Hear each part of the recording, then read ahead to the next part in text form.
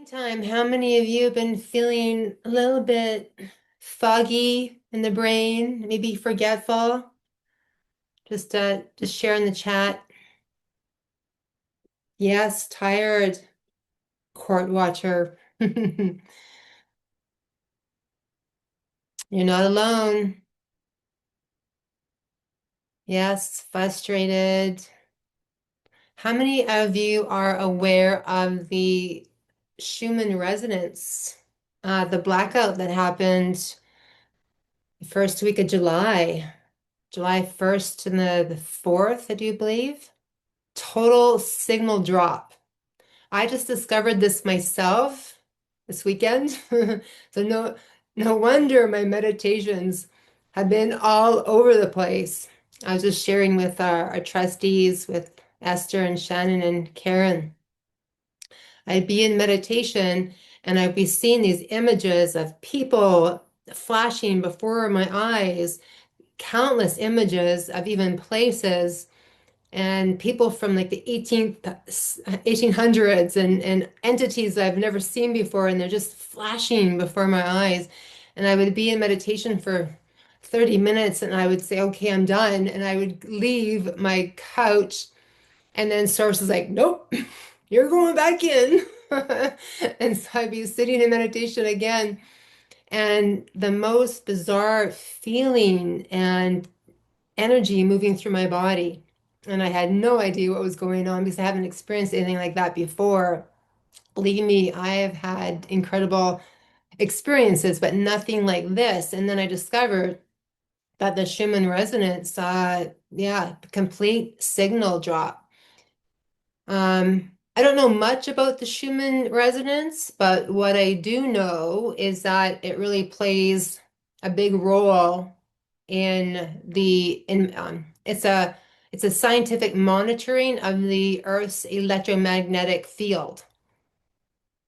And it's generated through lightning strikes. So I believe what's happening is that if we have the parasite controllers and they're attempting to create a frequency that creates too much distortion, because of course we know they've been creating distortion in the field with us humans for a very, very long time. However, I think that Earth is now saying, no, this is not allowed in regards to their, uh, I think they're trying to take the frequency to a place that is very harmful to humanity. And Earth will not allow that to happen. Yes. Yes, the Schumann resonance is often referred to as the heartbeat of the Earth. Yes, exactly. Thank you, Esther. Yeah, it's a natural electromagnetic phenomena, and it really connects Earth with all living beings. So it really plays a crucial role in our physical and emotional well-being. So I believe that the meditations, the images that I'm seeing, it's all these different timelines, and I believe there's convergence happening. And us as men and women, we're being recalibrated. Yeah. I think that I do have a website up on my, let me just see here. Because I'm not going to talk about it much today. I want to really get into this as a deep dive in a future podcast, but I just wanted to bring it up today because of my meditations. But I'll definitely have this as an actual podcast in the very near future. But for those of you who want to learn more, I know that Esther put in, she might have put in the same one. Um, but there's a website there that you can go to find out more so that you know that, there's nothing wrong with you. Just know that your energy is being recalibrated. Okay? We're being upgraded. And I do believe that this is really all about our DNA activating as well. which is very, very exciting. Yes. So just trust that everything that doesn't serve you is falling away. We're in the middle of something very exciting and your body's feeling into it. So yeah, I recommend you Google it and you can see a black bar in the frequency chart. It's incredible. DNA activation. So I just, even though this is very exciting, it's time to ground yourself, okay? So do what you can to connect to Mother Earth, walk on the land, go kayaking. I'm going kayaking now every week this summer. Swim in the water, take time to rest because you can feel really strange in your body and you can feel really unstable. So again, it's not that, there's nothing wrong with you. It's just a sign again that things are just falling away that do not resonate with you anymore. And your only job right now is to breathe. So let's breathe in life force energy. I am recalibrating. Okay. Welcome to our Life First Canada podcast. I am Karen. Our only enemy is ignorance. You are here to know the truth of this reality, and you're here to know the truth of who you are and how powerful you are. We're here to facilitate sovereignty and empower you to tap into your inner authority. Is Angela here? I am. Hi. Yay. Okay, so before I have Angela speak this evening, I'm just going to go through our Sovereign Living Conference. Can you see it? Yes, thank you. So we have our Sovereign Living Conference in Calgary, Saturday, Sunday, September 27th and 28th. We've got members signing up. It's very exciting. Members that are emailing us just to find out, when the early bird price ends, finding out about tables, because they want to promote their business, etc. We have Cal Washington joining us. We've got Curtis Stone joining us. It's going to be very exciting. And it's such a great opportunity for living men and living women across Canada and elsewhere to come together and to just really learn through each other. We need to really create community, and this is a really powerful way to do that. We've got Tim Stein, he's going to be there, the producer of Canada the Illusion. We've got Bill Chalmers going to be joining us, fantastic man. We've got Sherry Strong. We really need to know about the fake foods out there, what not to eat and what to eat moving forward. We need to really take care of our body. It's so important. And yes, Curtis Stone is going to be talking about the real estate market in Canada, whether we need to exit and build or stay and fight. And then, of course, Cal Washington is going to be talking about bills of exchange, the money system, etc. We need to know about currency, what is fake, what's real, and really how to discharge and move forward. Now, I'm very excited to announce that I just found out last week that we do have a sponsor for Cal Washington. So our first sponsor has come forward for our speaker sponsor. And then we also have Claire and Carol who are going to be sponsoring the bags again for everyone. Yes, Esther. Thank you. Yeah, so it's very exciting in that regard. And then, yes, the early bird price. And I go to conferences and I normally pay anywhere from $700 to $1,000 for a conference. So the price here is so inexpensive. We kept it at affordable for the both 2 days and also the networking event in the evening. We've got live music. It's a great opportunity for you to say yes and to connect with others that are have the same value system that you do and the same knowingness of our true reality. Yes, we do have sponsorship available. And if you want to have a booth, a table at the conference as well, you can click on the very bottom there, and that will take you to the sponsorship page, and you can get a table for the weekend. Powerful way to promote your business. Speaking of sovereignty, we have Angela Bowolin-Albright joining us this evening.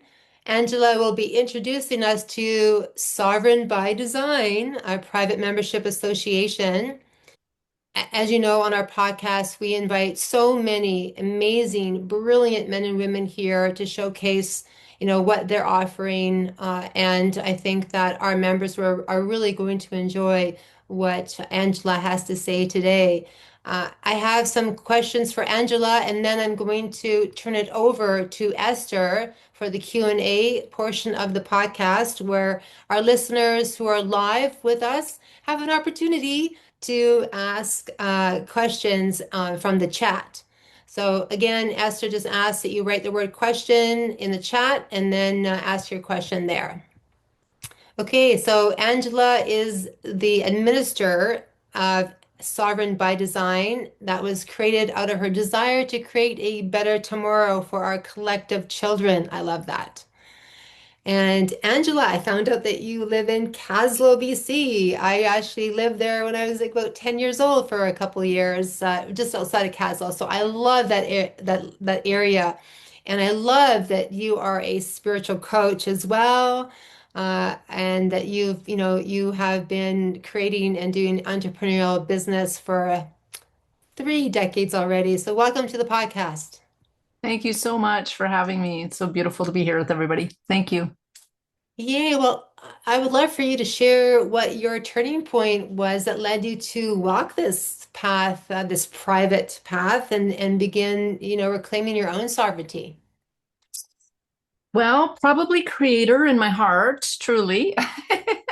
Right? So we always think we have our own path, but I fully believe that creator is a part of that path. So probably creator thought it was time for me to be on that path, but the outside physical reality of what took me down that journey, down this journey, I have twin daughters that are 21 now. And when they were about 3 or 4 years old, one of my daughters had just massive welts all over her body.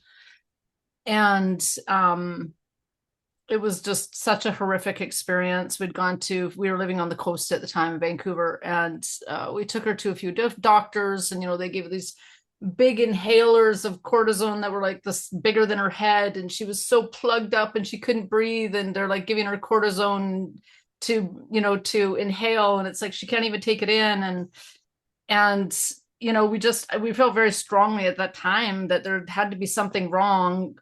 We're big believers that creator creates us perfectly, and so there must have been something in the food, something in her belly, something that was creating these welts all over her body. And that was really the start of my journey, because I started digging into what was wrong, what was going on in her gut that was creating those for her. And that bumped me into the glyphosate in our soil, and why are farmers in British Columbia putting glyphosate on the soil? And so it was just one deep dive after another there. And through that, I bumped into some people that had shared the public and the private with me. And I was so taken right in that moment. I was just like, oh my gosh, this is the solution for Canada. This is the solution for all Canadians. It's like never having gone snorkeling or never, gone deep water diving, and not knowing that there's this like whole world underneath the water, and then finally seeing it for the first time. It was so amazing to me. And since that point in time, I've always known it is the solution. And so that started my deep dive, and it's been, I've been on the path probably for about 15, 16 years now. And then I started Sovereign by Design maybe 8 or 9 years ago. So Hmm. that's what initially did it, though, was my daughter's allergies and trying to figure out what was going on. I love that you said, the creator, like we are created divinely perfect. It's just the systems, right, that are creating this energy in our body that is so does not allow for us to really connect with the true beauty of who we are. Hmm. I really want to talk to you about your most challenging aspects of your journey because I know for a lot of people the path to self-governance is a no because they are so indoctrinated in the systems. They want the government to look after them. They want the healthcare system to take care of them. And self-governance is just too much responsibility. So I'd like to know what your most challenging aspect of your journey on that path to self-governance was. Yeah, that's a great question. I, oh, it's been a long journey. Um,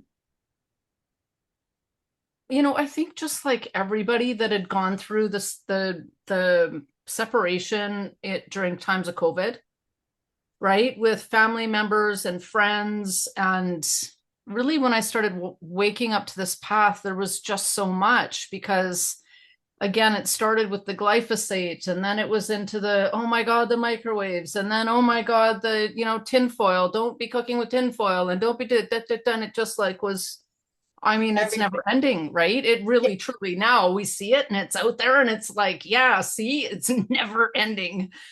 But at that time, this is going back, I don't know, 15, 16 years, and people weren't talking about this stuff as much. And it was really creating a lot of turmoil inside of myself with all my friends and my family because I really wanted to, share this wonderful solution and nobody wanted to hear it because it was just negative to them. They just saw it as being negative, right? And so just like in COVID, there was, a lot of people, families and friends went separate ways just because their realities became too far apart. Mhm. And that I think has been one of the toughest parts of my journey was, I got to a point where I was just like, whatever, I don't care. Like if you don't want to know, you don't want to know, and that's fine. And then also my own, I bounced back a bit, realizing that not everybody has to hear what I have to say, right? Yes. So you just suck that in and it's like, okay, I don't, I all through COVID and even through this, I was very determined that I was not going to allow it to ruin my family relationships. And so, that just, it wasn't worth it to me. It didn't, we're just not there yet, far enough along this path to put a hard line in the sand like that.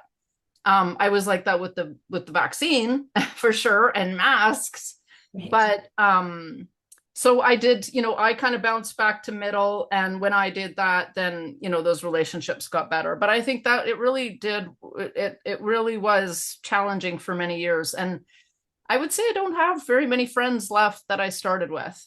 Mm. I've developed a family on this path. Yeah, so I think the relationships were probably the toughest part. I think everyone here can agree with you.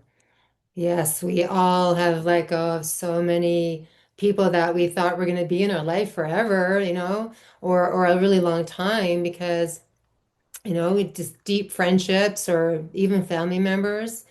And you're right, Angela. I mean, even for us here at Life First Canada, I see everyone here as family now in such a beautiful way. But speaking of friends separating, I just have something that happened to me last week, or I guess it was prior to me leaving for Peru. I did have a friend that I knew for many years. We were like soul sisters. We did so much together. I'd known her for decades. And then during the whole pandemic, in the beginning, I think 2020 or so, when everybody had to wear masks. at the restaurants. I never wore a mask, and we were at a restaurant, and she knew that I didn't wear a mask, but she thought she could convince me to wear one. And when she found out that she couldn't, she started yelling at me in the middle of a restaurant. So we cut our friendship off at that point, and I haven't seen her in 5 years. And then all of a sudden, I'm at a restaurant in May, Mother's Day. I took my mom to lunch for Mother's Day at Earl's. She loves going to Earl's. And I'm walking my mom to the parking lot, and I hear Karen, and there is my girlfriend that yelled at me in the restaurant 5 years ago. And so we just stopped for a moment. To me, it was synchronicity because out of all the restaurants in Calgary, and there's a million people here, she happened to be on the exact same street I am at the exact same time. So I thought, okay, Source wants me to reconnect with her. So I'm actually going to be reconnecting with her next Sunday for the very first time, Angela. So Wow. yeah. Well, good for you. Good for you. I love the open heart, right? That you're Thank coming at that you. with. Yeah, thank you. So Yeah. Source has a plan. I'm not too sure what that is. So I'm open. I'm staying open. But again, I've got my healthy boundaries here as well. So yeah, I just want to go into another topic here. So has been your biggest win on this path? Well, I mean, there's definitely been some wins. Um, I think in the most like 3D way. Um, we recently had a one of our team members. We've been experimenting with putting bonds into the CRA. And so, I've had spiritual wins and I've had all these, other wins, but just like I said, the most 3D win is that, so we had one of our team members, we've all put bonds in, but one of our team members had put a bond in prior to us all putting bonds in, and from her birth certificate. So she wrote her birth certificate as a bond, and she put it into the CRA, and she instructed that they pay off the debt that I think she owed 35 or 40,000, something like that, and they did it, and then they sent her the remainder of her bond. So they sent her the overpayment. And so that's the first time outside of doing debt discharging, that's the first time where I've seen actual proof of the financial instrument that it is like producing. So I think that was very, very, very, very promising. That was a huge win for us. Also, then let me just share that I helped this family that's like fairly close to me here, and they were totally in a situation, and their visa bill was, $8,000 a month, the minimum payment. And when we understand what those things are and what our signature is and what our birth certificate is, I mean, I can't think about it too long because it just gets my belly going with, Yes. that they turn around and put the actual creditors, who are we, Mhm. into a position of foreclosure, into a place where it's absolutely going to sink your life, right? Like that would sink their life, $8,000 minimum payment a month. So I did a discharge process with them, and they know nothing about this path. I just wanted to help them. And after about 6 months, I think it was BMO, Bank of Montreal. Yeah, it was BMO. I think it was a BMO credit card. Anyways, they were so scared because they had not, so very spiritual, so they're very connected to who their true authority is. But they knew nothing of this path. So, the angry lawyer letters and the scary letters that were coming at us. And I just had to say, you just gotta have faith. You just gotta have faith. You gotta have faith. And we just kept doing the process. And then one day I got a text and it was like, holy shit, this stuff works. And he had logged into his bank account, and the $50,000 had literally disappeared off his bank account. That's incredible, Angela. Yeah, so that that was like my biggest heart win because I know Yay. that it really helped that family, right? And then the other biggest win, I think, again on the in the 3D realm of things on this path, was the CRA bond. Yeah. I believe you're going to get quite a few questions regarding the CRA bond from our Yeah, I'm sure. group here. That's exciting. Yeah. Yes, it is exciting. Hmm. So for someone who's new and maybe a little overwhelmed, how would you describe what the sovereignty journey actually is? So the website is called Sovereign. My website is called Sovereign by Design, and that I believe was a download for me. Um, so for me, there in this like in on planet Earth, there's not really a physical sovereignty.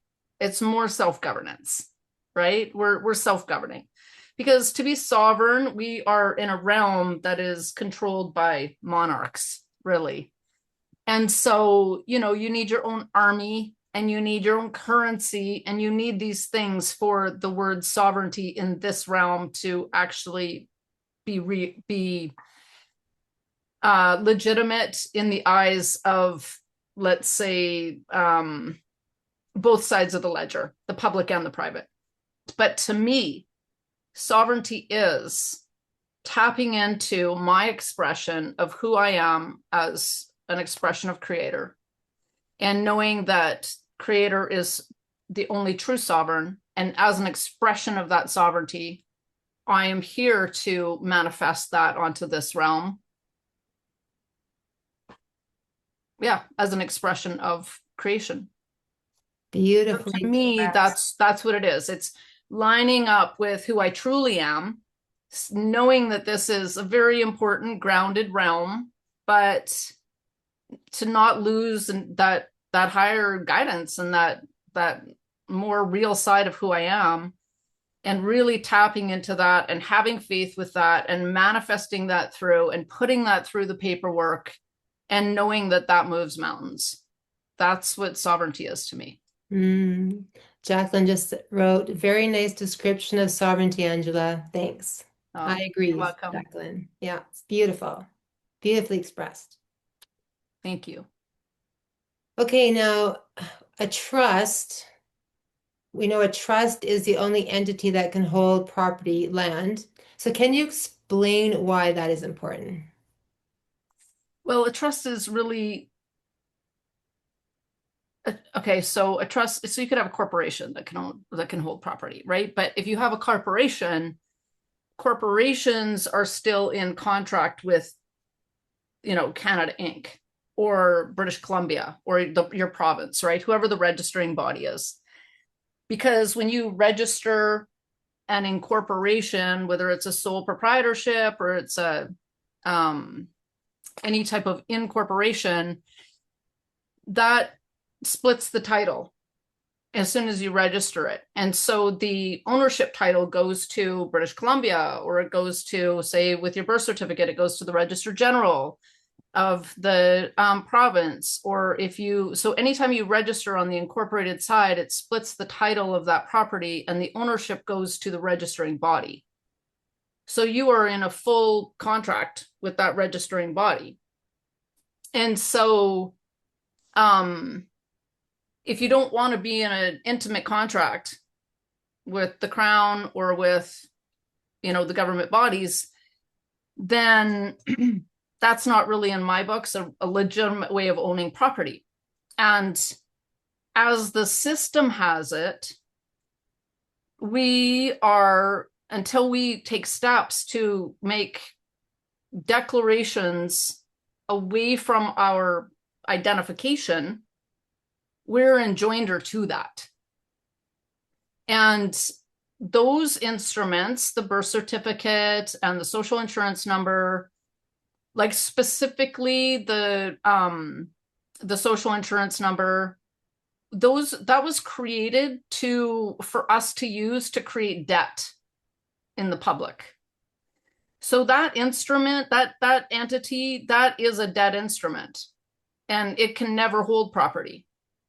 right? So you're not holding property in that all caps name. Again, if you hold property in that all caps name, then the legal title is gone. And we're in a field of commerce, and in a system of commerce, everything is considered that's attached to our name, everything is considered salvage. So if you haven't claimed it, anybody can claim that property. That's how it works. And so as a debtor attached to your identification with no separation there, you can't own or claim anything, right? And so, and a man or a woman, we're like a tree. We exist only in natural law. So trees aren't running around trying to own other trees. It doesn't work in natural law. So if you take the man or woman out of the equation, because really there is no man or woman in commerce, it's your either identification or a corporation, then our only option to own property or to claim property is to have a private trust. So, and I'm not just talking land, I'm talking your biometrics, your name, your spirit, your thoughts, your thumbprint, your signature, your children's identification, all your identification. The equitable interest is a higher interest than the legal interest. And if you don't claim it, somebody's going to claim it on you. So the only way for us to be able to claim that equitable interest, move it into our control, is to put it into a private trust that's not in our name. It's in another entity's name, the trust. And then that allows us to control every contract that has to do with your all caps name and your children's identification and everything. So now it's in a trust, and so you've moved it from commercial law, maritime law to trust law. And under trust law, if you're not a party to the trust, you have no authority to do contract with the trust property. So that's really important in today's day and age, right? We've got governments that are, coming and scooping animals off people's property, as it's all revenue generation for them. Yes. Right? They steal your animals. Oh, your goat looked like it was, weak. So we decided to take all your animals. Like, it's so ridiculous. They come in and they take it all, and there's no recourse.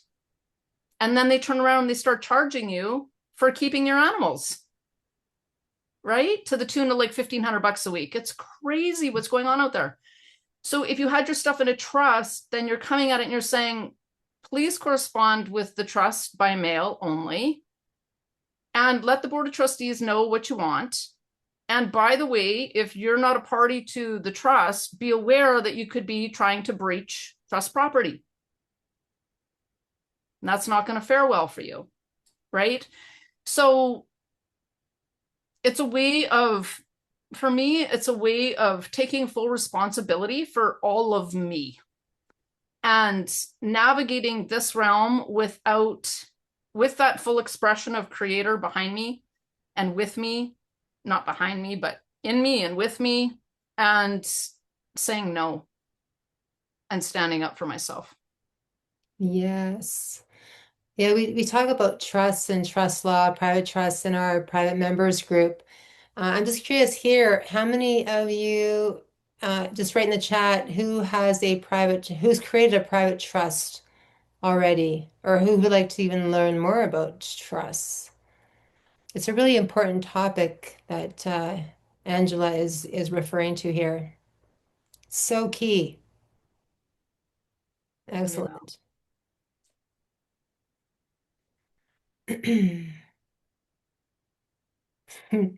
Yay. Somebody wants one now. Good. Who was that? Uh, Susie. Elizabeth, like to learn more.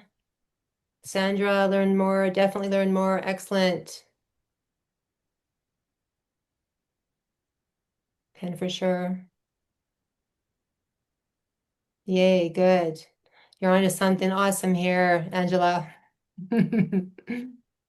Okay, so we're just going to move to another topic here because I think it's just it's so important, as people are shifting out of the public and into the private, we walk across the bridge and then we get to the private and we're like, all our fears come up, and then we go back into the public for a moment and we know we want to be in the private, but it's just it's the unknown, and there's a lot of people who have the fear of the unknown.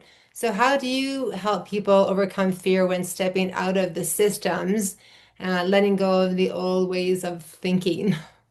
Yeah, so that's been a really, actually before I got into this body of work, this body of study, really. I was actually studying to be a spiritual coach. Ah, And that was like one of my heart's deepest passions. And so, as creator was walking me down this path, I was like, really, really, creator? Like, can you I for sure give me some signs? Because I don't think I'm supposed to go this way. I was doing the exact same thing, Yeah, Angela. I'm like, what? I just spent 10 years trying to get into my heart and let the corporate way go and let the head way go. And now you want me to go back into my head and just study all this law. And it's like, really? But now I get it because I can hold the space for people that are in that fear, Mm, right? And also just hold the space for this body of work, for community. But so what really that's been this journey for me has been about, when I first started this path, the people that I was studying from, like, you just couldn't even understand them mm. because you'd be like, you're still stuck on their first sentence and they're already down 3 paragraphs and you're just like still not understanding, and my brain couldn't catch up. And it was really frustrating to learn this path because you get to a point in your vocabulary and your speaking that it's really easy to get overwhelming for for people that are new. And so I found that extremely frustrating. I was like, okay, now I understand that, and I found this path, and this path is the solution for Canadians. But I fully knew that those people were not going to be able to take them there because there was no path, and it wasn't broken down for people, right? And I knew it had to be simplified. And I think that's one of my gifts, is that I can take something complicated and it takes me sometimes a long time to learn it. So it's not that I'm overly smart, for sure, but I'm determined to learn it, and then I can break it down and I can remember what it's like to be new, and I can put it into simple terms. And Mm, so my path has been about being determined to create the path for people. And that's what the goal is at 7 by Design, is breaking things down fully, giving everything, not holding carrots back. It's like, blah, here it is. Let's learn it together so we can change the system. mm, And so, to answer your question, what do I do to assist in eliminating the fear? Well, I actually just spent the last 6 weeks creating a beginner's program that is like from A to Z. It covers the entire spectrum of public, private, how the government monetizes us, how the birth certificates are converted, how it all works in a very as simple as I could be, from A to Z. And that was the goal, was to, because I knew how frustrating it was to be out there trying to figure it out on YouTube and piece pieces together, and there were so many gaps and it was just so frustrating.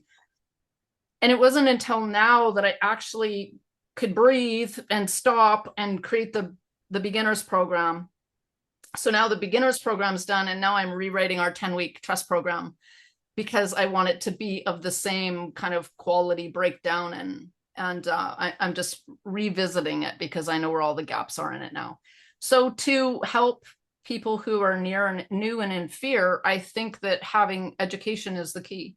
mm. And so that's what we're committed to at 7 by Design, is creating that education in a step-by-step, very broken down, very instructional, you know, here's how you do the envelope, here's how you apply the stamp, here's how you put the thumbprint on the stamp, right? Because you can take these Yes. programs and then you're like at the mailbox, and you're like, I don't know how to mail this thing, and you got nobody to ask, and there's nowhere to research it.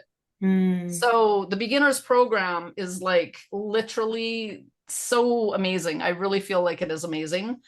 And it's, you know, A to Z.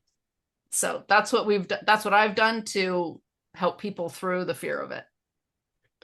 That's amazing, Angela. Now, what makes your, like, we've promoted so many courses to our members over the years, and we just want to make sure that, our members know that the only time you ever want to say yes to a course is if it feels right in the heart, 100%.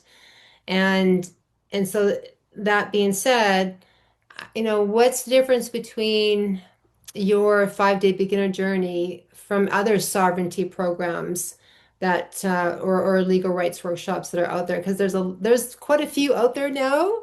So funny, I don't even know what is out there. Like, I don't, honestly, I have not lifted my head since I've started this 15 years ago. It's just been study, study, study, share, share, share, study, study, study, share, share, share.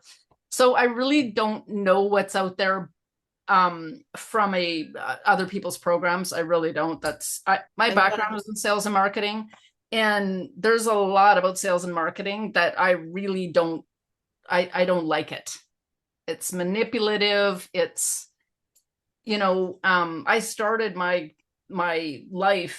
professional life in sales, right? I went to BCIT. I learned how to listen to what people were saying and, work what I have for sale into what they're looking for, right? Right. And that can feel really yick, right? So that's just not the nature of who I am. So I really don't like sales and marketing, and I don't do a very good job of it because I don't like it, but I've spent 20 years doing it. So I don't really know what's out there, but what the feedback is to me is I get so many people that come to me and go, oh my God, I just spent $5,000 on a trust, or I just spent, so much money on a PMA, and could you read it for me? I'm like, what? No, no, I can't do that. I'm sorry. Like, no. I feel bad for you that happened to you, but there is, I feel like we really, as brothers and sisters, we really got to get firm on the fact that you got to learn this shit for yourself. There's no protecting you if you don't know how to protect you. A trust is not going to do anything for you if you don't know how to protect the trust, if you don't know how to work the trust, if you don't know what a trust is. People come to me and they're like, are your trusts effective? I'm like, that's like asking somebody who sells businesses, in corporations, are incorporations effective? It's like, of course they are. Like, do you know how to use it? Do you know how to be a CEO? Do you know how to be a treasurer? Do you know how to be these things? Because if you don't know how to use your instrument, you can't, it's your contract. It's not going to work for you. So it's a complete waste of time, right? And so I'm sorry, are we still on the question of what's different? Yes. Yeah.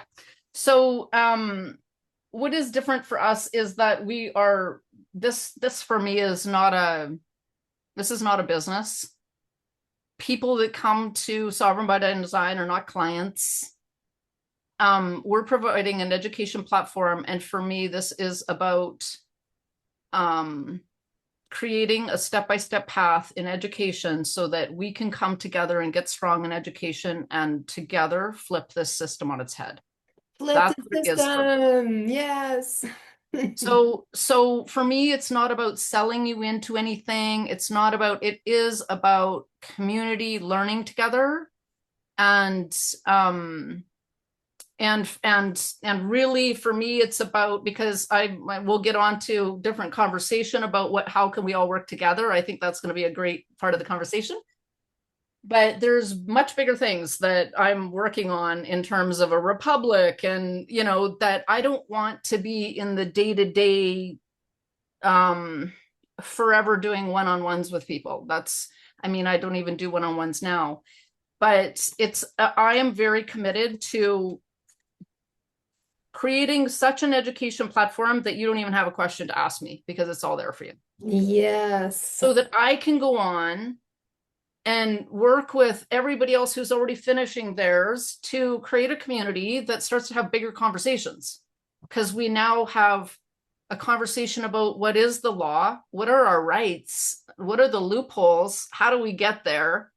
And we're all on the same page with that, right? I think one of the other frustrating parts, biggest frustrating parts of this journey is thinking that you've got like the most amazing thing and then going out there and telling everybody and they're just like, yeah, they don't care, right? Or they don't want to do the work, right? And that's just like, oh my gosh, how are we ever going to get out of this? Protesting does nothing, right? Voting is even worse, right? We tell our members, do not vote. Like it just shows that you don't have any clue about what the system is, No. right? And I don't mean that in a mean way, but it is clueless. And Yes. my people suffer for lack of knowledge, and there's a lot of lack of knowledge out there, right? And that's how they get away with the system is because we're all dumb. We don't know. So true, Angela. Yeah. So that's how it sets us apart. I think it's the passion behind the education, and a lot of my team is in the, like, oh my God, you give so much. It's like, no, I'm not giving to people. I'm serving creator. Yes. That's what I'm doing, right? They're just the benefactors, and we're all the benefactors of that. Well said. I love it. Okay. Now, if you could tell people one thing to start doing right now to reclaim their authority and freedom, what would that be? Definitely go within. Definitely, that's the first step. And then I think practically, practicing use endorsing your signature with having a qualified signature, Mm. right? So meaning like you sign by and then colon and then your signature. And that just starts to get the brain working in a different way. And it stops if you put by your signature and then dash authorized representative, or you could shorten that to AR. If you didn't have a trust, that's what you were, authorized user. You're the authorized user of that and that identification. You are not that identification. You are the authorized user of it. And when you sign by, and I would say per also, but don't use per at this if you're just starting. Use by, and it creates a separation from you and the entity, and it also stops them from being able to hypothecate your signature. So that's a good way to just start. And it Love it. also protects you. Yeah. Love it. Okay, I have a couple more questions to ask you now before we get into handing it over to Esther. Now, on a completely different like we're just gonna pivot. I want your opinion in regards to what you believe is going to happen to Canada. That's a big question. So it's a theater out there right now, right? For sure. Yes. Yes, everybody's got popcorn. In my heart of hearts, and also my brain, and in speaking with others on a daily basis from the US who, are far down a path of the Republic, Canada's already part of the Republic, right? So um, Donald Trump in 2020, he opened a part of the why is it drawing a blank? The USMCA treaty. He opened a part of that treaty that allowed for origination. Okay. Origination was closed off. So the original American Republic had, I think, maybe 7 articles, 6 or 7 articles that are part of it. And there was only one left. All the others had been shut down, and the only one left was commerce, right? So we know our courts are commerce. Everything is about commerce at this point in time. There's no justice in the courts, period. Maybe at the very Supreme Court of Canada, right? You would find equity, but outside of that, it's all commercial. So all of that had been shut down. And so what Donald Trump did in 2020 is he opened the gateway for origination. So when you create a trust, what are we? We're creators. When we create a trust, we're creating our own nation. If we wanted to take it that far, you could create a nation, right? Most of us are just creating trusts. And that is originating. You're originating a new nation. You're birthing a new law because your trust becomes your own law. And that door had closed, and he opened that door. And so a particular lawyer that I am aware of, international lawyer, human rights lawyer, knew this, because he used to be part of the Marines. And he has filed all the paperwork over the last 5 years to originate the North American or the American Republic. And so I have been learning from him. And when that origination opened, it returned the US, and we've all heard, I don't know, maybe you haven't, but Donald Trump has shared over the time frame, and don't think I'm not a Donald Trump lover by any stretch. However, I'm appreciative of the open origination, that's for sure. So over the time, he has shared the Republic is here for you to take back. And most people don't even know what that means, right? Most Americans don't even know what that means. How sad is that? But the people have to take it. Donald Trump can't do it. No. He is the president of the United States, which is the federal government, which is the commercial division, and he will remain there. That's just the same as Canada's federal government is it's commerce. That's the division of commerce. So equity and the people's jurisdiction and a republic stands higher than Donald Trump. So he can't tell us what to do. He can't give us guidance on starting a republic. The people have to originate and express into that. That's what the beauty of it is, right? So there's lots of people thinking, oh, the republic's back. Yeah, when are they going to tell us? It's like, no, you're not getting it. No, we've got to take it. We've got to take it, right? And so that window actually closed for the origination on Tuesday, or actually on the 1st, July 1st. But it doesn't matter because the Republic was filed in that time. It was delivered to the US Marine Corps, to the Supreme Court, to Donald Trump, and also there's an equity court that exists in North America. And that court, which this woman has a letter from the Queen before she passed, addressing her as the senior justice minister for North America. And she bosses courts around. She bosses like the Supreme. She's humble, so she's not bossing it around. I like to use the word boss around, but she's bossing around the Supreme Court. She's bossing around, different agencies in Canada. Like, it's actually real and it works. And so that court gave an order to the Supreme Court and to the Marine Corps and to the and to Donald Trump's office to acknowledge the American Republic. And when he opened that origination for the American Republic, it took America back to 1776 in law jurisdiction. And in 1776, there was no Canada. We were part of the same continent of North America, of America. And so it's been returned to America.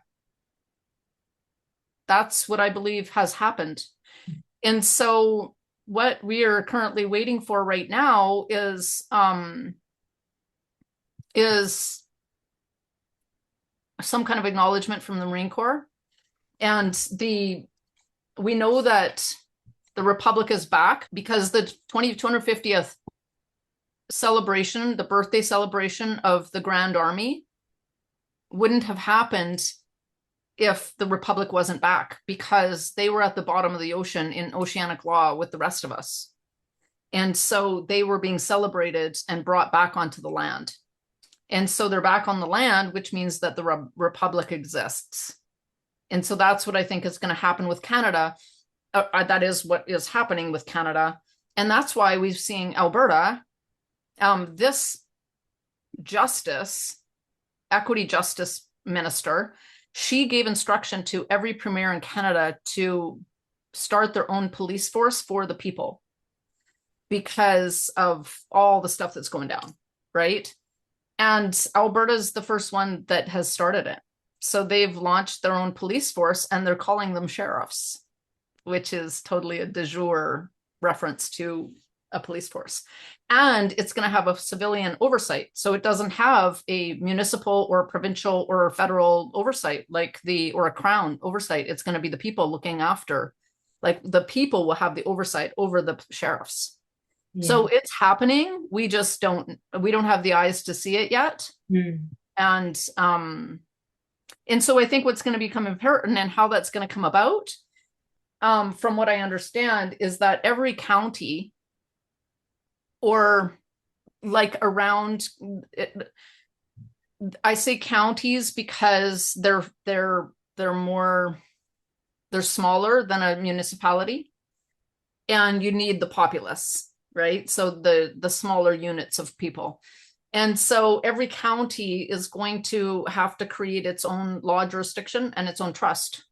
Yes. But those trusts will be given to us. They won't be just like, oh, let's just create a trust. I mean, it could, but it might not be in alignment with the jurisdiction or the military. And then what happens is because it's a kingdom, the continent is a kingdom, the republic is a kingdom, then in order to have protection by the Grand Army, our counties have to be in little trusts. And it's literally going to be your county trust could be do no harm and what's the other one? Do no harm and do not trespass. That could literally be your law of your county. But you also have to flush out what's the ramifications if somebody breaks the law in your county, right? And so then you'll be able to join whatever county you want to join, whatever resonates with your heart. But when you join that county, you're under those laws of that county. And those counties will then be sponsored by the Republic. And then that will bring in the Marine Corps, the Land Army, to protect you and your county. Mm. And so, say, for example, if you had a commercial agent coming at you Mhm. and you're already part of your county and they pull you over and you haven't committed a crime, then you'd be like, what are you doing? Like, do you want to go to jail? Because you're not allowed to pull me over, right? Because you haven't committed a crime and there's no victim. And they will be held accountable by the military because it's going back to common law, right? So it'll be more freedom, I think, than we've ever known. But it's like, can we hold the freedom? Yeah, that's just it. We started doing something like this when we first started Life First Canada in 2020. We created the Plan Council, and every province was putting their Plan Council together. So it was a republic of every province. And we established all the different counties were going to have their own laws, etc. And it was a lot of work. And unfortunately, we just got to a ceiling and it was exhausting because we were working 15-hour days trying to make this happen. But yeah, it just came crashing down.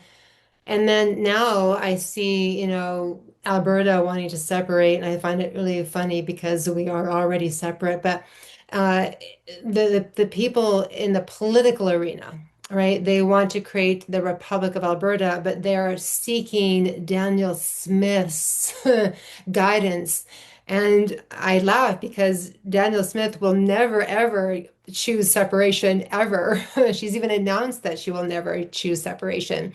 But the people are just, again, seeking leadership outside of themselves. They don't really understand or have an understanding of what it really means to be sovereign and what it really means to create a republic from in the private jurisdiction. So I'm so glad that you're talking about this. This is really important for people to grow and to grasp.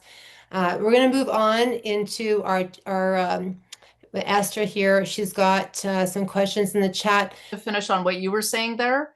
So when you were starting that a few years ago and what I've learned now, because that's been on my mind and my heart the whole time is, oh, let's just start a new republic. But something was just not stopping me also from not going there. But now I've learned that we actually wouldn't have the capacity to do it because you wouldn't have the military behind you. No, exactly. And so now we will have the military, right? The military will hold the peace because that's what they're meant to do. But we didn't, the mechanism wasn't open No, previous we were to not ready. now. We were a conquered people. We were a conquered people, right? And so, but now the capacity is there and and we will have the capacity to go there. So Love it, Angela. Okay, passing it over to you, Esther. thank you for that. Thank you. We're going to take the questions in order, Angela. And Okay. so some of them are referring to things you talked about near the beginning. Okay. Lou asks, is the trust for ownership, i.e., protecting assets, is that the main purpose? Well, it is for like it's when you create a trust, we're not taking ownership, we're taking control of our interest. Okay. So if you, so one, it is for protecting your property. Absolutely. But again, your property is anything that's in contract with your all caps name, right? So it's everything. Like, it's anytime you don't want to do contract with the crazies, right? The government and I don't want to say we don't really approach it that way. We're very neutral. Our group is not about, bashing the government, and we stay so busy just studying that it's like be the change that you want to be rather than focusing on the negative. But it has everything to do with contractual relationships, whether it's property that are assets or whether it's you in contract in the world. You are claiming the equitable interest in that property and you're controlling it. So it's not really about ownership, it's more about possession and controlling it. Okay, great. Thank you. And what about foreign express trust versus private trust? Which one do you choose and when? So the only time that you're going to, like, the only foreign trust that I would be aware of would be like a foreign grantor trust. If you were setting yourself up in a trust situation in the US and getting an EIN number, which the only reason to get that would be for banking purposes. So trusts are international. So there's not really, I mean, in my world, there's not really foreign. It's wherever the situs or wherever the location the trust is being created, it's in international law already. So you're just doing the key is that you're expressing the trust, which means it's written. You know how to operate your trust and that it's your document. So what it says in the document is what you want it expressed to say. And then that it's structured properly. So when I first started this journey, I started learning in the equitable world, and it was just all equity. And it was like, well, hang on. Like I was recognizing that it had no teeth, right? Like people were getting into trouble and the trust wasn't protecting it. So I felt like it wasn't structured properly, and it also couldn't do banking. So to me, it was like, well, hang on, how do we get the proper bank accounts for these accounts, right? So that was a big learning curve for me. And now we are another part of us that's very different is we are about straddling both worlds, the public and the private. So if you have corporations, it's like, okay, if you're a doctor, you can't just maybe move into the private because you need an HST number to order products. And maybe you service government contractors in part of your business, but some of your businesses could be converted into private. We put our arms around the whole thing, and we come at it from a very holistic, we're the creators and we know how to manage both sides of the ledger. Excellent. And there's a next follow-up question to this. There's some repetition here. But do you open a bank account in the name of your trust? And then the second part is your course focused on asset protection with a private trust, or do you also teach how to build wealth in the private? No, we don't teach how to, well, so we focus on the course, the 10-week course is about teaching people what a trust is, how to set up their structure, what a private membership is. We start by protecting, we set it up so you have a private trust and then you have a second entity, and that second entity is an unincorporated association, and that becomes the trustee of the trust, and then you're just the administrator. So it allows you to have a trustee that's not you, which is an entity, and then you can control the whole thing. You don't have to go find some trustee that you don't know or who doesn't want to do what you're doing. So you can control the whole thing. And yes, the bank account is in the name of the trust. And I think I answered all the questions there. Yes, I think so. That's great. And in terms of foreign express trust or private trust, is there one that's safer from government interference?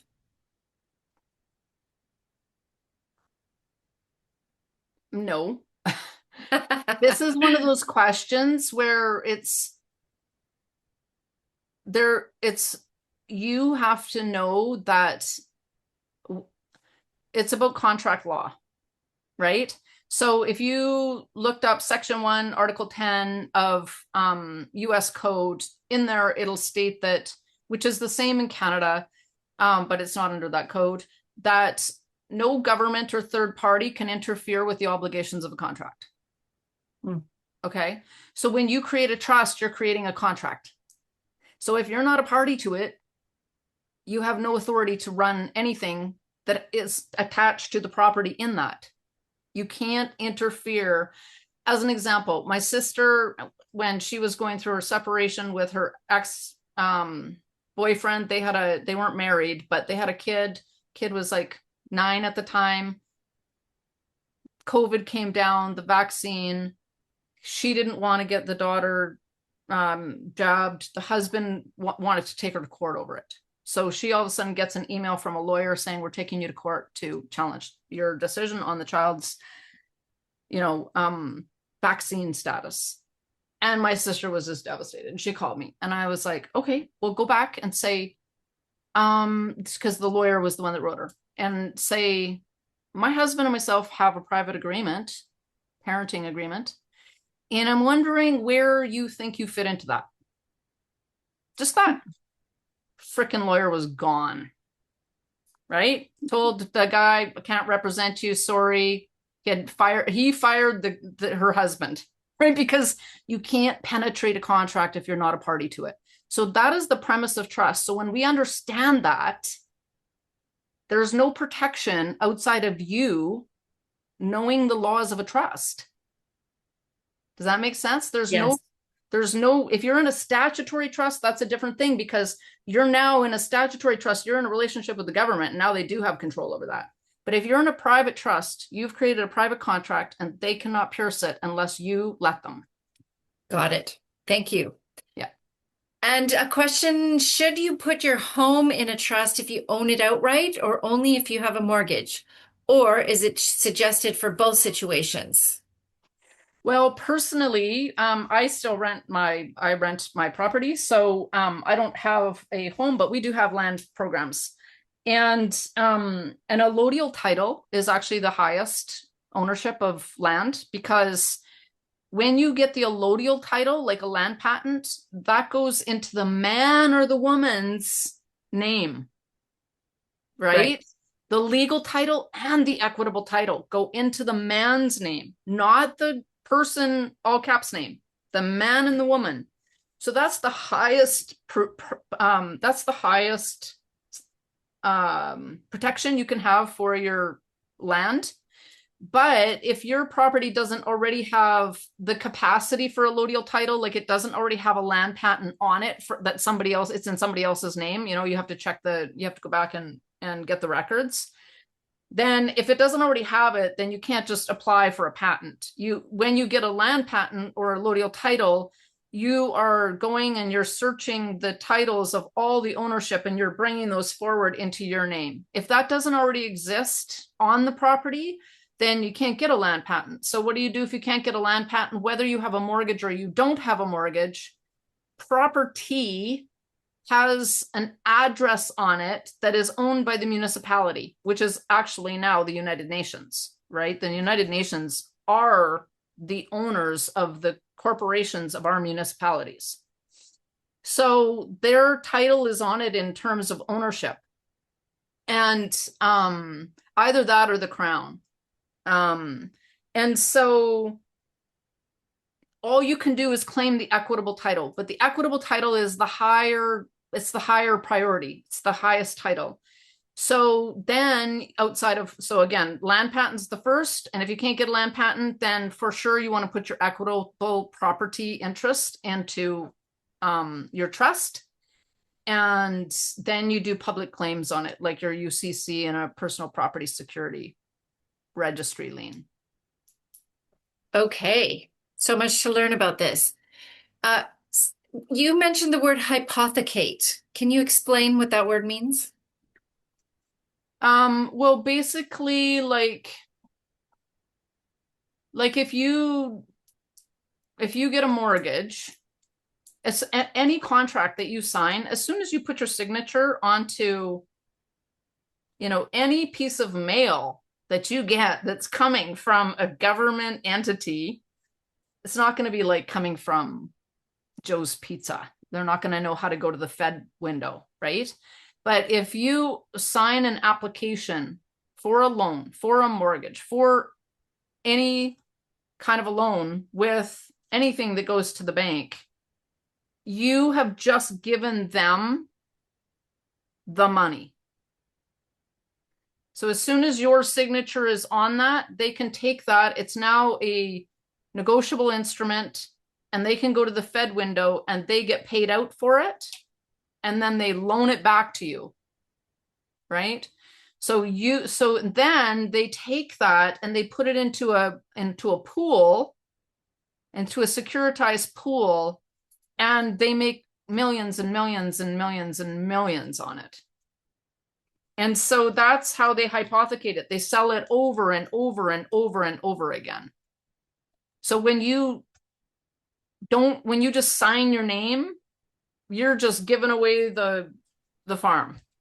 But when you put by or per, and then you sign your name and dash authorized representative, all rights reserved, you're stopping them from being able to do that. Okay.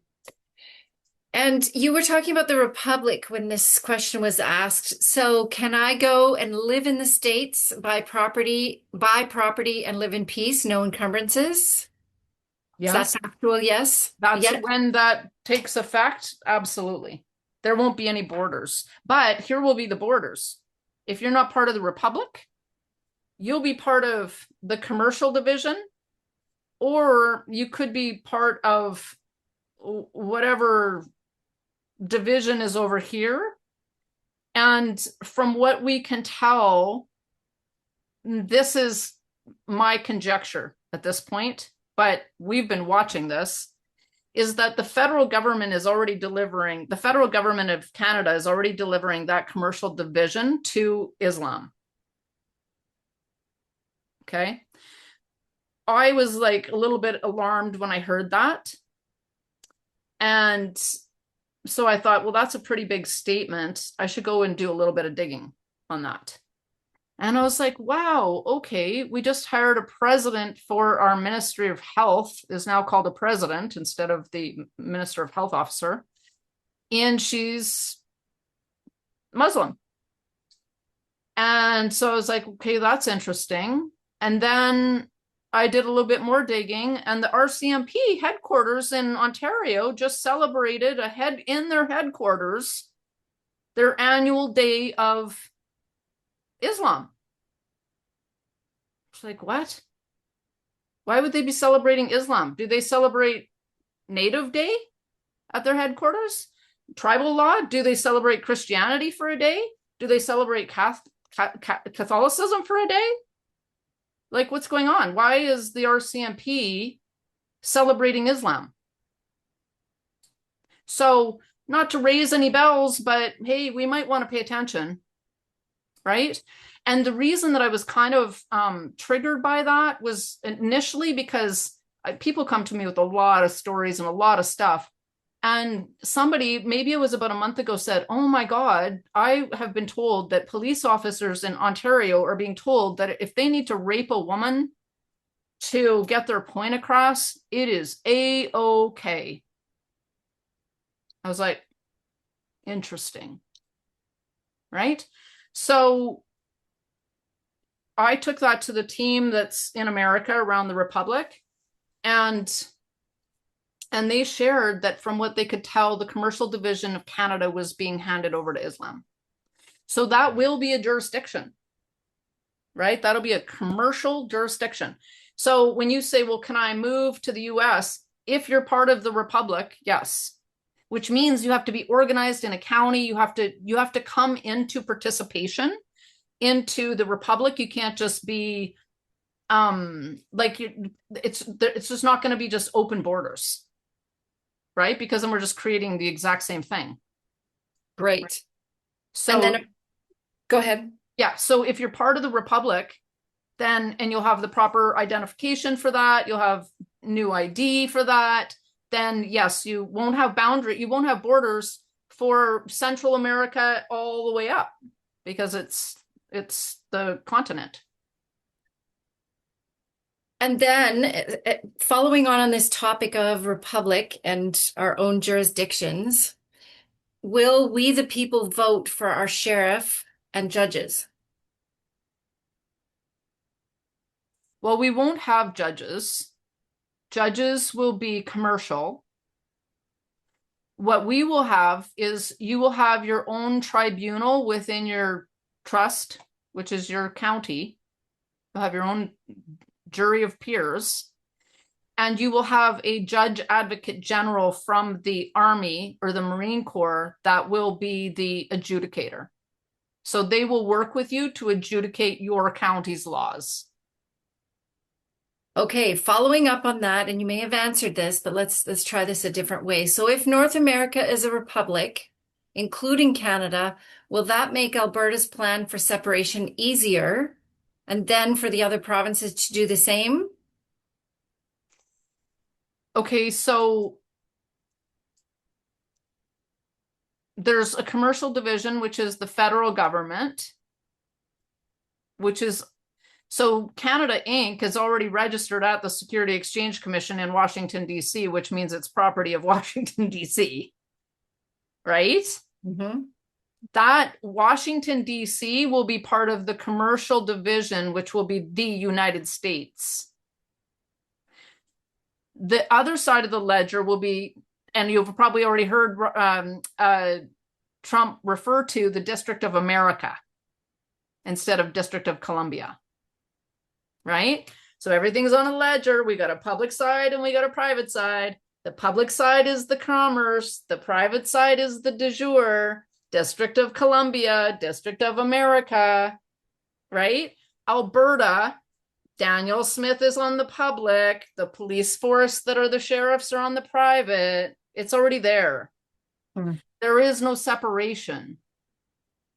It's commercial division and land. And the land is coming back to the people, and we'll all have our county trusts. Interesting. So fascinating. There's another question here. There are several teachings about private trusts available right now, and with slight differences, or each one who's teaching it has differences. In every case, the teacher claims that his or her program is the right one. how to choose the one that works for the ultimate goal to protect yourself as the most valuable asset. Yeah. What filters would you Look use? who is trying to educate and empower you. Do not go to somebody who wants to write a trust for you. Do not go to somebody who does not have an education platform for you, because here's the thing, when you get into a trust, usually they have nuances. And nobody else is gonna, like, if somebody came to me and said, could you read my trust? No, I don't do that. We don't do that. I've had people, come to me and say, well, we'll pay a lot of money. No, I'm not interested in writing trust for you. Do it yourself. We are about empowering you to get educated. If it was for the money, I was in it for the money, I would be writing trusts all day long. I'd automate them and I'd be just flipping them out. But that's going to do nothing for us, right? We're not going to get educated. We're not going to get strong together, and we're not going to be able to change this system. So if you're looking, make sure that they have an education platform for you so you can learn about your trust. Because if you can't learn about it, then you're going to waste your money and your time. Good advice. Thank you. And you may have answered some of this too. Private express trust or revocable or irrevocable? Why one versus the other? So ours is irrevocable, and express just means it's in writing versus implied. Got it? So they're all written. So that's really the express part is like it has to be expressed because it has to be written down. Right. So irrevocable or revocable just means, can the grantor take the assets in and out of the trust? Right. And in order to have the highest protections, you want the trust to be I feel like you'd want the trust to be irrevocable, because if you were ever challenged on your trust, which is probably highly unlikely, but if you got challenged on your trust, a judge and a taxation office will look at a revocable trust as in, like, it's easier for the grantor to use a revocable trust to avoid taxes, because you can put your assets into the trust, and you can do your funky business to avoid taxes, and then you can pull it out, and then you can put it in, and you can pull it out. Where if you put it in, it's in the trust. Now the trustee can sell that property, and you can write into the indenture that the trustee can do many things with the assets. So our trust actually says that even though the property is irrevocable, the settlor or the grantor has full capacity to adjust the trust as they see fit going through their life. And the other thing about irrevocable is every time you put a piece of property or a new asset into the trust, just because the trust is irrevocable, that asset can have stipulations that say that that particular piece of property is revocable or not. So I feel like irrevocability is less messing around with taxation and courts. Great. Thank you. Do your trusts require status correction to be able to use them? In other words, are the trusts you create tied to the all caps name? Okay, so that I'm trying to think of how that would make sense. So the only way that question could kind of make sense is if you were saying, do I create a public trust or do I create a private trust? Because the structure of your private trust is going to be created in a private nature, and you're going to be using your unincorporated name, right? You're not going to name your trust your all caps name.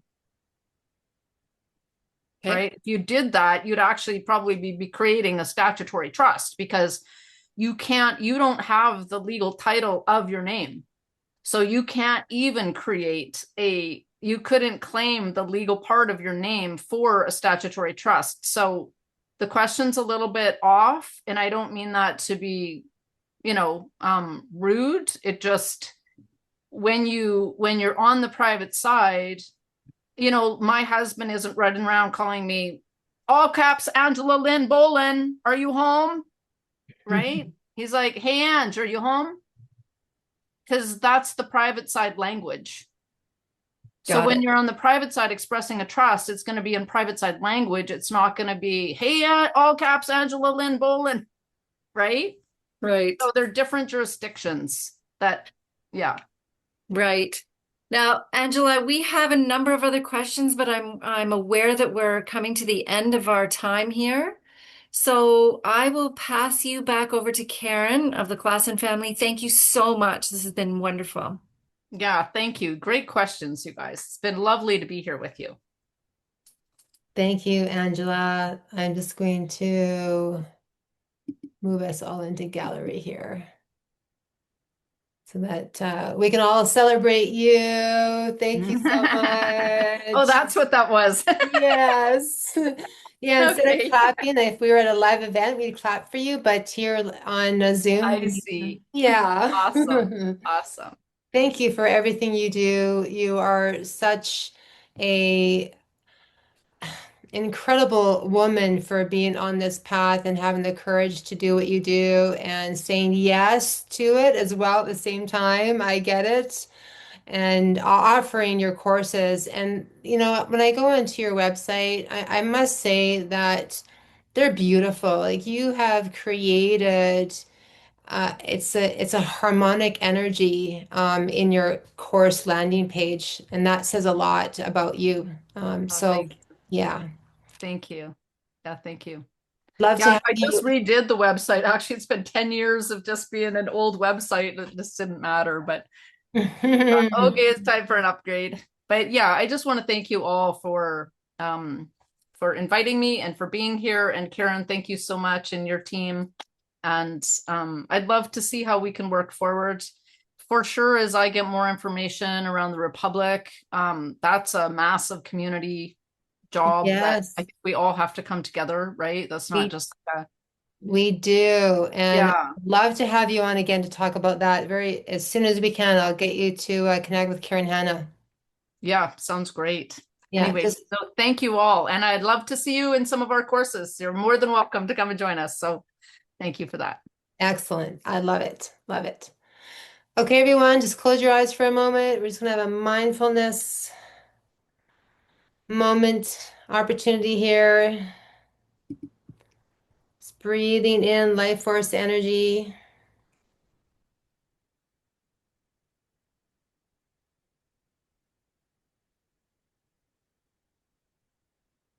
and just making these words your own. I'm a free, sovereign being. I own my power. I'm called to move beyond all chaos on the earth plane. I do this through recognizing and acknowledging my sovereign power as a creator. I make the choice to not waste my time with anyone or situations that are bound by limitation. I am waking up more and more every day from the illusions and the deceptions of this 3D reality.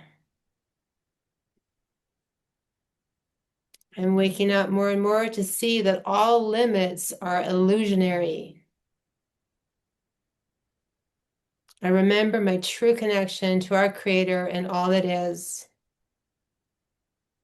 And with every breath, I remember my true nature as expansive love, as expansive joy. I am sovereign. And so it is. I'm just going to allow everyone to be unmuted so they can thank you, Angela. Together we rise, everyone. Booyah! Thank you. Thank you. You. Thank Outstanding. you. Incredible. Yeah. Woo! Thanks, Karen. Thanks, Thank you, Angela. Keep Oh, going. thank you. Karen. Shannon, Karen. Karen. Thank you, everyone. Beautiful. Thank you. Have a good night, everybody. Thank you.